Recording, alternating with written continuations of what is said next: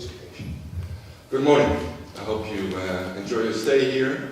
You came in last night, a little bit late. I've heard. Is it for all stuff? Okay. It's great you're here in our city, and I'm proud to have you here. We are in an interesting week. This is the Dutch Design Week. What we are doing here, you have seen the greenhouse here on the square, and it's great to see how many people are coming to our city in the last week, and to look about new developments, new solutions on problems we are facing in our society. Honourable Mr. President Wood, ladies and gentlemen, partners of the Eurocities network, and other distinguished guests, thank you for visiting our city, the city of Eindhoven, during this for us important week. And many thanks for exploring its content in your working group on the European Year of Creativity and Innovation. I have some personal thoughts that I would like to share with you. Whenever you visit a city in a foreign country, you notice that things that are different than they are at your own home. And there are obvious ones, easy to see, like a different style of construction or the use of building materials, but sometimes they're a little bit difficult to see. Less obvious, I would say, like the use of road signs or the way of city traffic is regulated. Thanks to our ancient borders in Europe and our cultural diversity and the variations and contrasts between the countries, Europe possesses an abundance of innovative ideas and creative visions. Just to give you an example, some of you are from Italy. I don't know who's coming from Italy. You are? Buongiorno.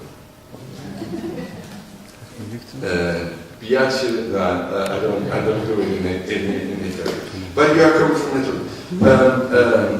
From wonderful Genoa. Okay. Well, if you look to Genoa with its great historic, its climate, its architecture, natural and cultural environment, then it will be completely different than when we are looking to a great city as Warsaw, with a totally different history. I've been 2 weeks ago in Warsaw, and it's developing in a great way, but it's completely different than Genoa or Amsterdam. And this diversity within the European Union is enormous. We have so much to learn from each other, and we can inspire one another, exchange ideas, and improve each other's creativity. Creativity and Eindhoven go together, well, I would say like history and Rome. Creativity has been a part of our mindset, the mindset of the city, ever since Philips started manufacturing here light bulbs. We are proud to say that the Eindhoven region meets and exceeds by far the Lisbon strategy of dedicating at least 3% of the gross regional product to research and development. It is exciting to invent something that is no one ever had thought before. Something that has an economic potential, something that will be permanently contribute to the health and well-being of the people and to a better and more sustainable environment. Inventing new technologies, designing new products, to me this is a great form of creativity. Creativity is the way to the future, highly essential. And not only just for product development, creative people have a different way of looking to certain problems. They can turn things upside down and inside out and come up with all kinds of surprising questions and answers. We want to take advantage of this kind of creativity. And that is why the city of Eindhoven increasingly tries to involve designers in the issue of city planning, quality of life, sustainability and mobility. They present us with new ideas and new visions, things we would never think of ourselves. As a result, we turn our city into a living laboratory and a large-scale experimental garden. It's what we call social design. This approach is, of course, not always successful. Sometimes it is, and it's a hit, and sometimes it misses. But as we all know, we need to stumble a few times before we can stand. And that is what we are doing here, and what we are facing. And we are facing all kinds of new developments. Ladies and gentlemen, Eindhoven grew to its present size in a rather short time. Around 1900, the city has a population of 40,000, and now it's a little over a century later. We have 210,000 people in our city. But the population around the city grew on the same way. And if we look to what it developed, it is more or less the same like the city. Let's say from 40,000 to 250,000. As a whole, the whole area we are speaking about 500,000 people. And to accommodate this population increase, the city growth has to be planned and designed. And you can see the remnants of this planning process, especially in the northern neighborhoods of Eindhoven. All this means that we have a lot of experience when it comes to planning and design. We have learned about a lot by applying it, and we believe in the power of design. Also when it comes to complex matters like city planning, quality of life, and sustainability. I believe that with this creativity, we all can distinguish ourselves from emerging new economies, such as China and India and Brazil, and that distinguish is necessary to get our own position. But more important is that I strongly believe that the presence of creativity people makes in our city richer and more colorful place. Apart from the enormous economic growth potential of the creative industries they represent. Ladies and gentlemen, today in a number of sessions you will be working on creativity and innovation, and where and how we are going to apply the best. You will go on a fact-finding trip in our city. And well, let's say, please see our city as a place, as an area for investigation. And I'm very interested in what you kind of reflections you will bring back. Maybe I will hear it from the representative of our cities. I hope that you will be inspired by it. We face a new future here, and I hope you will see again. I will see you again, and when it's possible here in the city, and talk about new developments, because we are facing a future, and we want to get a better European continent, and we can use design and creativity as a basis for that new development. I'm looking forward for a meeting with you here in Eindhoven again, and I wish you a successful day. Thank you very much, Chairman.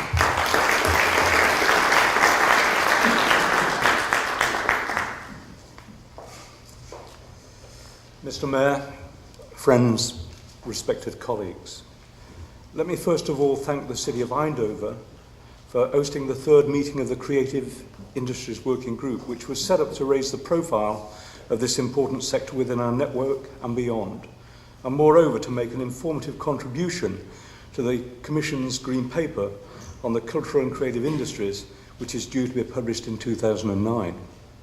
Mr. Mayor, your kind hospitality, particularly at such a busy time, is really appreciated, and I know that delegates are really looking forward to hearing from Eindhoven on how you're developing this important sector. Indeed, I would like to thank you for your personal perspective of the design area in Eindhoven. It was certainly a very, very cogent overview. It's therefore with great pleasure that I also welcome delegates to Eindhoven on the occasion of our third working group meeting, which will hopefully produce concrete proposals and innovative initiatives for the 2009 European Year of Creativity and Innovation. As colleagues will know, the Eurocities network, and this working group in particular, are committed to lobbying the European Commission to ensure that the creative industries are recognised as an important sector and one that warrants the Commission's support. Indeed, culture and creativity, as well as innovation, have become fundamental elements of our lives and are indicative of our fast-moving society. Not only does the sector add value, but it also gives a positive connotation as well. Obviously, we're all aware of the challenges that the cultural and creative sector faces on a daily basis, particularly at times of economic uncertainty and hardship, and I suspect that this impacts on the creative sector more profoundly. The fact that today's meeting coincides with the Dutch Design Week, which Eindhoven is hosting, is certainly a bonus for us and will, I believe, showcase the creative industry sector here in the Netherlands to great effect. Indeed, we know that 90% of the world's population will live in cities by 2050, which will make cities even more complex. The urban landscape is changing, and Eindhoven has recognised this and has used design to reinvent and revitalise the urban environment. Clearly, design has become a multifaceted concept which helps foster social, economic and cultural development with the added benefit of making cities more attractive and more competitive, a concept fully understood by Eindhoven. The 2009 European Year of Creativity and Innovation is approaching fast, and today we'll be looking at our work programme for next year, which will strive to raise the profile of the creative industries sector at an EU level. Obviously, we have an opportunity today to update our work programme before it is approved by ExCom in January, and your contributions will be most welcome. Moreover, as members will know, over the last two meetings we've been collating a significant amount of information, largely through a mapping exercise and some of your economic growth plans, which will help us to profile the sector and understand its strengths and weaknesses. Regrettably, Dr. Jim Shorthose, the author, is unable to be with us today, but Michael Williams will summarise the main findings of the report later today. Hopefully, we can use some of Dr. Shorthose's findings to develop a series of strategic recommendations to influence the European Commission before it publishes its green paper on the creative industries. Clearly, your input as professional practitioners on that structure would be greatly appreciated. Now, members of the Creative Industries Working Group will note that our work programme today breaks with tradition, in as much as we're going to see practical examples of Eindhoven's quest for creative competitiveness, which I know seeks to be both sustainable and innovative. Indeed, we will have an overview of Eindhoven's creative local agenda and a number of fact-finding cities visits this afternoon to look at areas of specific interest, and then we'll have a group discussion on our return. We will also have time to experience and share best practice with one another and enjoy two presentations from the City of Dortmund and from our business partner Algoe, and hear an update from Julie on the latest developments from the European institutions. Colleagues, I'm convinced that our working group, with the support of Eurocities Secretariat, and has the innate ability to influence European policy on the cultural and creative industry sector. I would therefore like to thank you for your continued commitment to this crusade, which cities within our network feel so important. Finally, I would like to place on record my gratitude to Rob Steege, a friend and a highly respected member of the Culture Forum, who, along with a team of professionals in Eindhoven, have facilitated this meeting for us. Thank you, Rob, and thank you, Eindhoven. Now, I think Rob wants to make some technical points, and I'll hand over to Rob. I would like to thank the Mayor, Rob van Gijzel. He has to leave because it's an important meeting with the Council. The technical details, they will bring us through the day. Let's just say that my biggest challenge for today is to divide you as a group into 4 parts and then show you the city.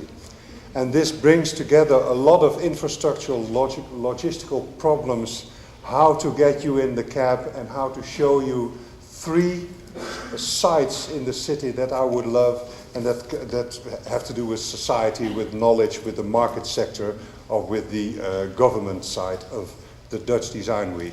So let me work this out during the day with you, and these taxis, it will all work, and at the end of the day we have probably, I hope that we have enough material to have an answer to what the European Commission is asking us for 2009, this year of creativity and innovation, which they have thought that it was a good idea related with this Lisbon agenda, but they were not sure what it really meant for cities and how to start with this.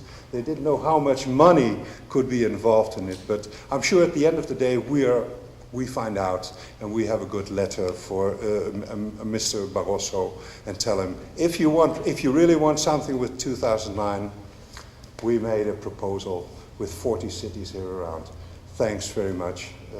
Thanks, Mayor. Bye. Bye.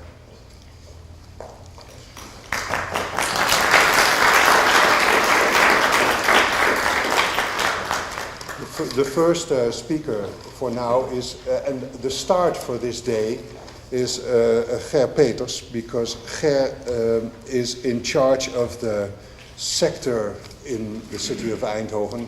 And this week it was an important meeting we had. The other side of this Dutch design work was the presentation of this economic and design city business plan.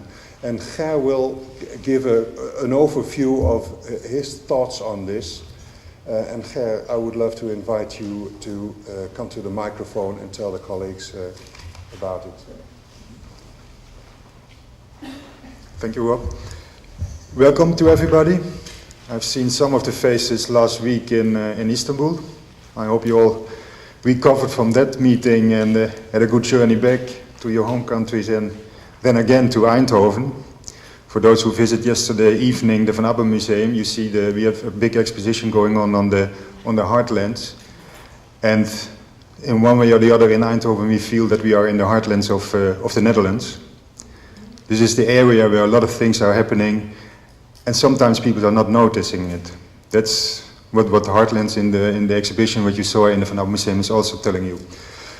What I would give you received from Rob, you received a summary of a new plan for the city for the next 4 or 5 years. But I want to do not to discuss long on it, because you will see a lot of practices today and you will see a lot of things that are happening in the city for yourself. So we come together at the end of the day and then I hope we can share the views you have and work on it. What I would like to do, however, is give you some information how we came to this position, what happened in the last few years. And one of the, I think, most important thing that changed in the city is, if you look at the country, we have 2 important ports. We have Schiphol. Most of you came in via Schiphol, the airport in Amsterdam. We have a big seaport in Rotterdam. And since a few years we have a brain port, and that is what's happening in Eindhoven, in our region. The mayor said something about the Lisbon agenda. If you look and I will give you some facts on that, if you look what's happening in our region, it's about 30% of the total of industrial employment in the Netherlands is in the region of Eindhoven. And Eindhoven, as described, is a city of about 210,000. But if you look at it in the broader region, and we think Brainport as a broader region, we are talking about 700,000 people. And in this relatively small area, the big chunk of the industrial production is still going on. And that's started, of course, with Philips, that started with other companies like DAF, automotive industry, which all were in this area. And that's a history we taken with us. And you can also see that these companies, they produce about 40% of the added value of manufacturing in the Netherlands, which I think for this small area really is an important achievement. And that is translated into about 70,000 jobs in the industrial area, but it's also translated into 30,000 jobs in the creative sector. And that's a change that's been going on for some years now. I think we were forced as a city in the 90s when Philips more or less decided to take their head offices out of the city, bring them to Amsterdam. We were forced with a big problem because the main industry and the main player in the city was leaving it. And we have been working on that with that problem from that time on. And that really brought us to change from manufacturing into knowledge, into high-tech knowledge. I don't think you visit the high-tech campus today, will you? We have Philips. When Philips left, they had this high-tech campus where they did all their research. That was a closed laboratorium area in the outskirts of the cities. And Philips decided that was the good thing for the city. Philips decided to open that area to new companies and to spin-off companies. And what we saw is a big growth in the area. We've seen a lot of new companies coming in, startup companies, international companies, and all this people working together on the high-tech campus gave us a steady base for working. So that was not only in the production, but also in the knowledge and in the creativity. So we decided in the end of the 90s of the last century that Eindhoven would become a brainport in the Netherlands, and in cooperation we're working closely together with cities as Leuven in Belgium or Aachen in Germany. In this area, this triangle, we're working closely together. And I think the basis of our success so far was the triple helix we made, where really we brought together the knowledge institution, the government, and the manufacturers or the industry. And this is work in a connection that's really the important basis of the success of our area. And I think what we are slowly realizing now is that as we're working from this triangle, there's a part missing in it. And what is missing in it is the culture and the people in the city. So this discussion is going on now for 1-2 years, and in the summary you find some of the effects of this discussion, because it's not only a triangle. You have to work with this quadruple. You have to bring all these 4 kinds of important stakeholders into the discussion, into the development together, and that's what we're trying to do. You can also see that, and Marianne Schreurs, a member of the City Council, will go into that. You can also see that, for example, design, you can look at design as product manufacturing, but you can also see what design can do for a city, what it can do for the people, what it can do for the social development of a city. And that's important. That's a change in looking at things, which I think is under the basis line of the success we have as a city. And of course, to continue and to really exceed as a city, to bring in new knowledge, to bring in high-trained specialists, we still need to develop our city, and we need to continue in that area. So we are really bringing now more or less together these 4 parts of the discussion. And to give you some example, the Design Week you're now visiting is a very big success. I mean, we have last year we were about 70,000 visitors, international visitors, and I think this year we will exceed that. We probably go up to 90,000. We have 170 different shows and exhibitions going on throughout the city, from drinking, eating design, really designers working with food, to manufacturers. All these people are coming together in this area. And what we also noticed for the last few years is that it's starting again bringing in international visitors. But if you look at it 7 years ago, it were just a few designers who came together and found each other and found the connection between each other to work together, and they started in a pub, and that was the first beginning of the Design Week, and that was just one afternoon. Now we're working on 10 days base, and we're still looking at we can't do all the things we want to do in these 10 days. So it will probably extend in the near future to a longer period. But still, the core of the discussion is that we make a connection, that it is not high-tech manufacturers, it's all the people working in the design. It's the students at the design academy, it's the people who have the startup companies, it's people who are working in the Philips design area, which is really, I think, worldwide, is Philips design, and Hans Robertus is one of the speakers today, will get into that. Philips design is, of course, one of the major players in that area. So all these people are connected to each other and finding each other in this development of design and making design available for the city, but also making it available to profile Eindhoven as a city to the outside world. For example, if you go to Milan, the other major design city, in the Zona Tortura, which is the not official side of the design week in Milan, I think you can listen to 3 languages. You can listen to Italian, you can listen to English, but you can listen also to Dutch. Last year in Milan, big of the area of Zona Tortura was really a Dutch area and was an Eindhoven area. And that is a thing where you can see that we're not only doing design here, but bringing it also out to the other countries.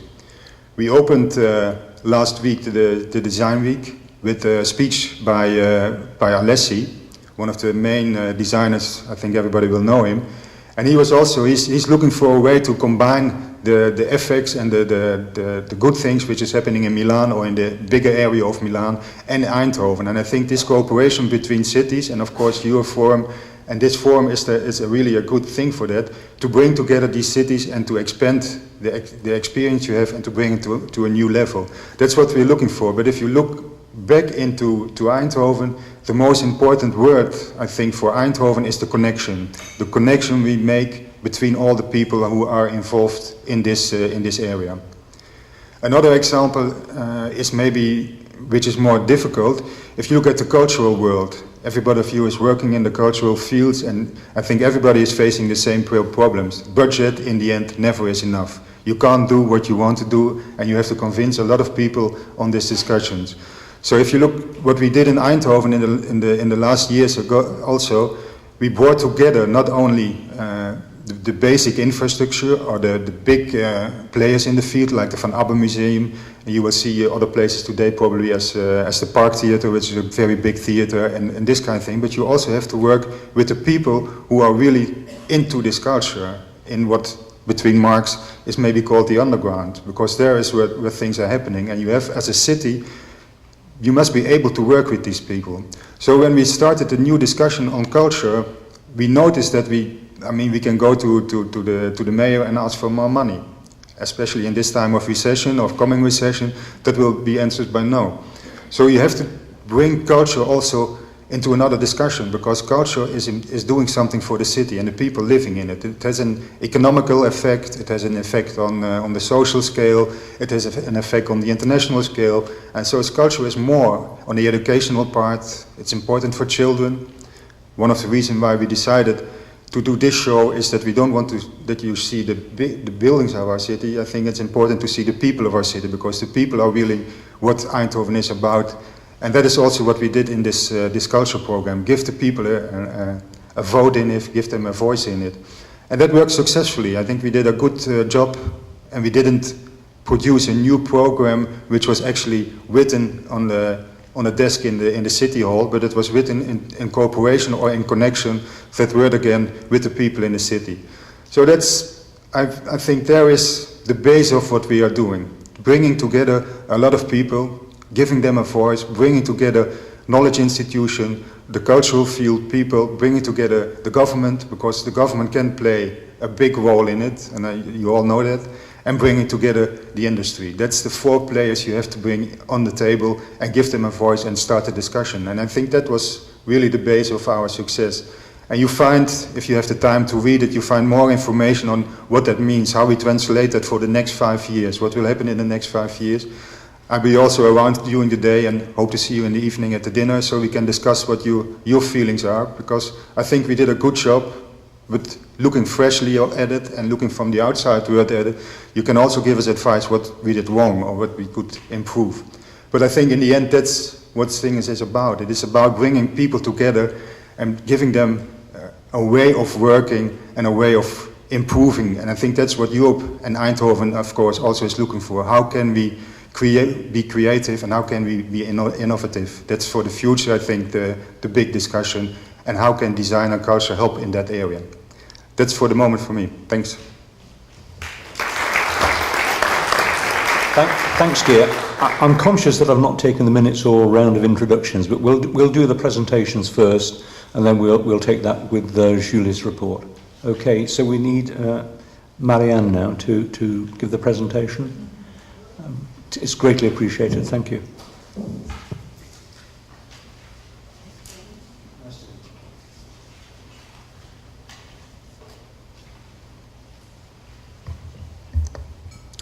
Good morning, Mr. Chairman, dear guests.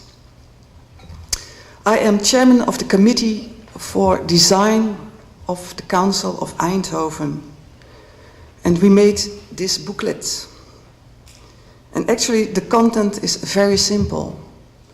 The implementation of design is the major driving force for economic development and social development.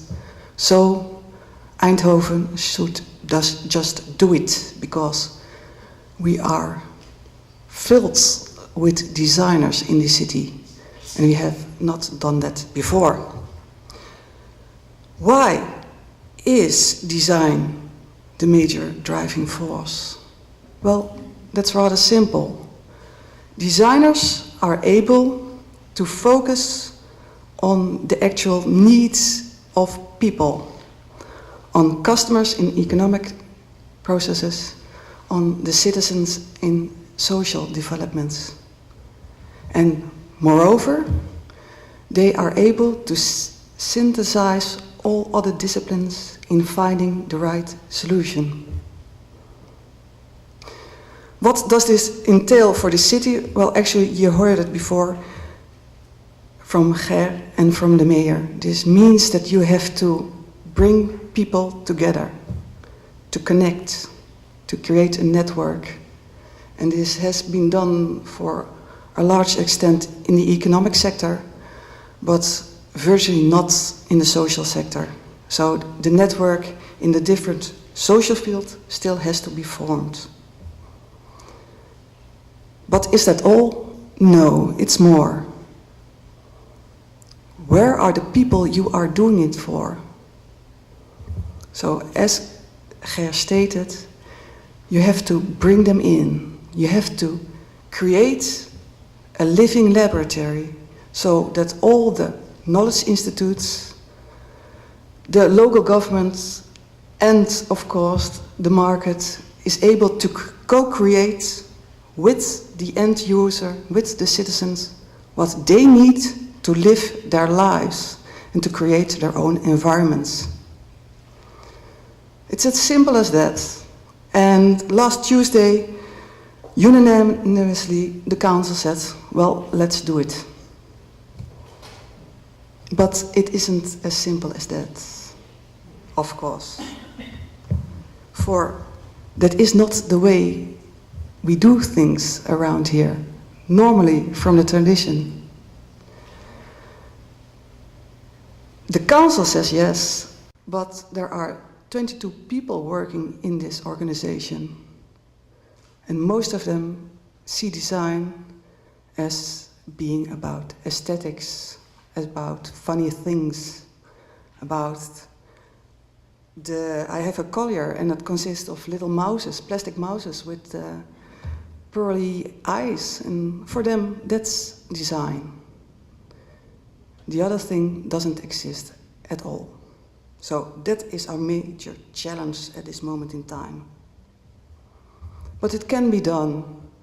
It happened to me 4 years ago in the same time of the year. There was also a Dutch Design Week, and at that moment in time I was an alderman and I was in charge of everything physical in this city. But I was also the replacement of the alderman who was doing all cultural things. So I had to open the Dutch Design Weeks, and we just gave, as a local government, a small amount of money, really peanuts, and we are still giving peanuts, to the Dutch Design Week. A cultural affair. And then I was there, and it was at the Technical University. And I was totally flabbergasted, because I saw that it was the major economic development possible. At that moment, I just saw it at par with our technical, logical assets in the city. And it was very logical to relate it to the Lisbon agenda. So I came back to the college and I said, I have found it. And then they said, well, then you should do it. And then we started up an economic program with the use of Brainport, because of course there you had already the knowledge institutes and the market and the local government, so it was easy to let it run. I made a mistake at that time. I thought the strength lies in industrial design. But soon I learned better. I learned by looking at a product of Philips. Philips Design was engaged in all kinds of projects with Philips Medical Systems. And what they did, they made machines for all kinds of medical researches on people. And you know, those tubes. And those tubes are not very kind to people. You feel really locked up. And they made them round and in pretty colors, and they projected films, so you wouldn't actually be busy with being sick, but just looking at the films. They humanized it. And these machines are a big success in the States, for example. But they did more. They redesigned complete hospitals. And normally when you enter a hospital, you are an object. You are not a subject. You are a thing that is going from one place to the other. And what they did is they made it possible for the professionals to continue their work, to do everything possible to make you better, but they made it into your hospital. And Hans Robertus from Philips will probably give the same example. When a small boy enters, they ask him, "What's your hobby?" And he says, "Well, space travel." And they give him a little space traveler on his level, and his whole route through the hospital is lightened up with little space travelers. So he can find his way, but also the hospital becomes his hospital. This means not only that you feel more at home, it actually means that you are not under a lot of stress anymore, and you stay sick during a shorter period. So the social effect, the social gains are enormous. Well, I thought as a politician, I really have found it. And with Rob and Kees, we had a symposium.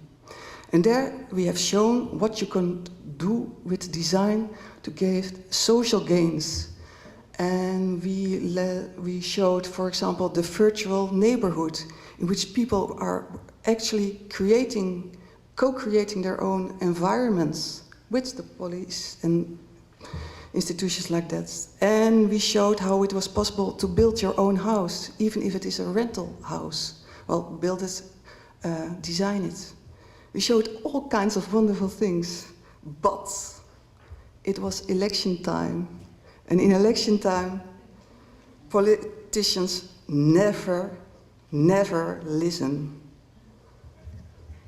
The good question is if they listen at other times, but so it fell absolutely flat. And then the elections came and I lost my office and I became a part of the council. The elections were open, so the open mind came back to the politicians, and I was able to take my colleagues along on the road of just looking what design could bring to our city. And as I told you, it has been unanimously accepted. That is not only because the people involved with me in the committee were very open-minded themselves, but also because we tried to be ambassadors in a way. And also because some parties came along that helped us in that regard. We have here a prostitution project, and which is I think the best example of social design. And that was because Professor Mager was here from Köln, and she was dealing with service design. So what she was doing in Köln was looking at the way that people who were on the streets had no housing were living and making their lives better. And we had her come over here just to tell the council how that worked, and then one of the elder men made a project with prostitutes. And that made it tangible for the other councillors. And that's very important. You have to really make things tangible. Dus the real way to let this happen is just do it. Make as many projects as possible. Let the people who want to do it. And then it will spread out all over the city. As I said, the economic part was already going on, and now we have taken care that it has been, it will be able to expand. Social thing has to be, well, taken care of. The interesting thing is, why is it happening now? Because when you think about it, it is a bit strange that both in economics and in the social department, we never took care of the people we were doing it for.